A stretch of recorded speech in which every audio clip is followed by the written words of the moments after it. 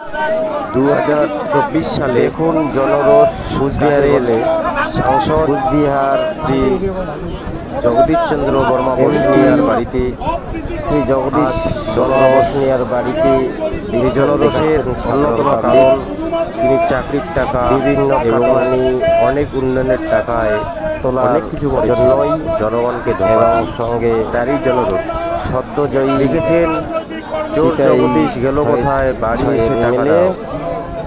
সিটাইয়ে সঙ্গীতা রায়ের বাড়িতে লোকের সমাগম হয়েছে। মানুষের জগদীশের বাড়ি আক্রমণ করেছে জনতা।